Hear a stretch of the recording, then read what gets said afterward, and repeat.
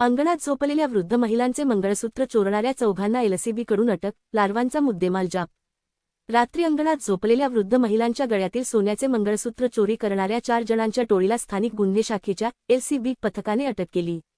त्यांच्या ताब्यातून 2,71,000 रुपयांचा मुद्देमाल जप्त करण्यात आला आहे. या कारवाईत चोरीचे 4 गुन्हे उघडकीस आले आहेत अशी माहिती देण्यात आली आहे. अटक करण्यात आलेल्या संशयितांमध्ये वैभव चतुर बोरसे 21, रा नगाव मुस्तफा जुमा पिंजारी 20, रा नगाव, धीरज बालूसिंग गिरासे 20, मूळ रा खलाणे, शिंदखेडा आणि भूषण रमेश पाटील रा नवे कोडदे, शिंदखेडा यांचा समावेश आहे. ही कारवाई पोलीस अधीक्षक विशाल आनंद, अपर पोलीस अधीक्षक अजय देवरे यांच्या मार्गदर्शनाखाली पोलीस निरीक्षक श्रीराम पवार यांच्या पथकाने केली. 31 मे 2026 रोजी अमराळे ता. शिंदखेडा येथील सतीश सुभाष पाटील यांच्या आई अंगणात खाटेवर झोपलेल्या असताना पहाटेच्या सुमारास अज्ञात चोरट्यांनी त्यांच्या गळ्यातील सुमारे 5 ग्रॅम वजनाचे सोन्याचे मंगळसूत्र चोरून मोटारसायकलवरून पलायन केले होते. या प्रकरणी शिंदखेडा पोलीस ठाण्यात गुन्हा दाखल करण्यात आला होता. या गुन्ह्याचा समांतर तपास स्थानिक गुन्हे शाखेकडून सुरू असताना पोलीस निरीक्षक श्रीराम पवार यांना गोपनीय माहिती मिळाली.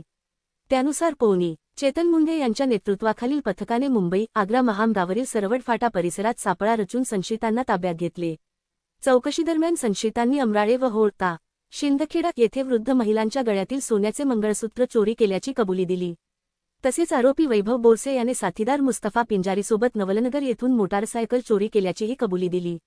संशयितांकडून विविध सोन्याचे दागिने तसेच 3 हिरो HF डिलक्स मोटारसायकली असा एकूण 2,71,000 रुपयांचा मुद्देमाल जप्त करण्यात आला आहे. या कारवाईमुळे शिंदखेडा, नरहाणा व धुळे तालुका पोलीस ठाण्यातील चोरीचे 4 गुन्हे उघडकीस आले आहेत. स्थानिक गुन्हे शाखेच्या पथकात पोलीस उपनिरीक्षक चेतन मुंडे तसेच पवन गवळी, राहुल सानप, आरिफ पठाण, देवेंद्र ठाकूर, तुषार सूर्यवंशी, अमोल पाटील, अमोल जाधव व कैलास महाजन यांचा समावेश होता.